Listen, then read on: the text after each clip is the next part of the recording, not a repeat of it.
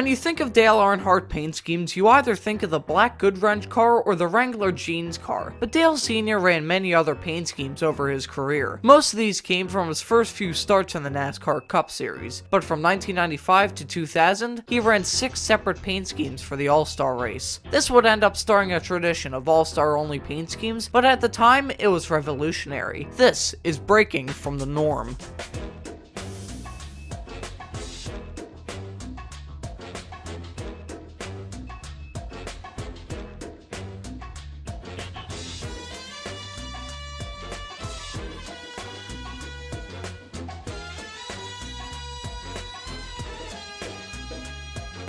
1995 was the silver anniversary of R.J. Reynolds and Winston Cigarettes sponsoring the NASCAR Cup Series. So for the All-Star race, at the time known as the Winston, Richard Childress Racing and Dale Earnhardt Sr. ran a silver and red Goodwrench car, nicknamed the Silver Secret. The car was silver with bright red numbers and black side skirts. Dale Sr. said the car was loose in the first segment after bringing it to a 7th place finish. Segment 2 would see Dale Sr. spin, avoiding a wreck with Jimmy Spencer and Ken Schrader, but he would continue to finish 3rd. Segment 3 would unfortunately end Earnhardt's night after a crash with Darrell Waltrip while fighting for the lead. The car looked fast and it probably had a shot to win, but fate would say otherwise. It's also interesting looking at this car and seeing how similar it is to Kevin Harvick's Goodwrench car that he would drive after Dale Sr.'s passing.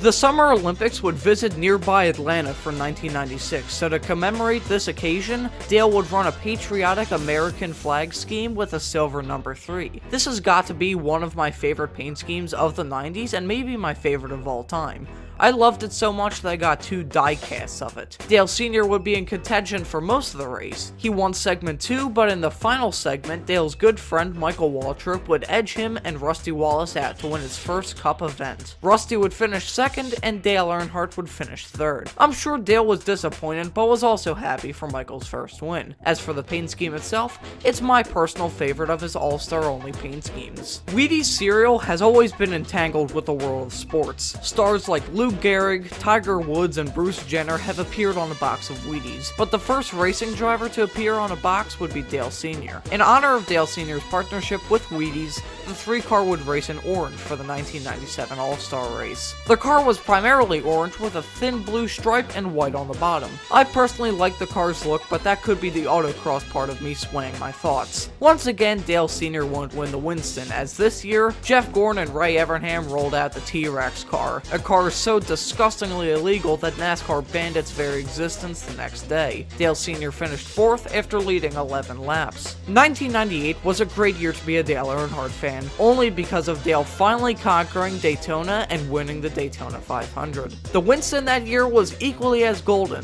literally. With sponsorship from Bass Pro Shops, Dale Earnhardt would race a golden number 3 Chevrolet. This car is pretty badass in my opinion, but looks don't mean everything, as after a lap 9 crash, Dale Earnhardt was classified 2nd to last and 19th. Also, it might just be me, but I think this paint scheme would look badass on the next-gen car. 1999 would see a throwback long before they were cool. For the final time, Dale Earnhardt Sr. would race with the yellow and blue Wrangler jeans car, a paint scheme where Dale had gotten his first 3 championships. However, the return of this paint scheme did not result in any success, as Dale Sr. would lead just 2 laps and finish 4th again. Dale Sr.'s final All-Star race would see an eye-catching yet controversial paint scheme. In collaboration with pop artist Peter Max, the number 3 car would turn up with a psychedelic yellow, pink, red, and green paint scheme. In my opinion, this car is pretty cool, but it's not fit for the Intimidator. It's like Ferrari showing up to a Grand Prix in a blue and white car in 1964. That's a story for another day, but for the time being, we need to focus on this car. The reaction to this car was mixed, to put extremely lightly,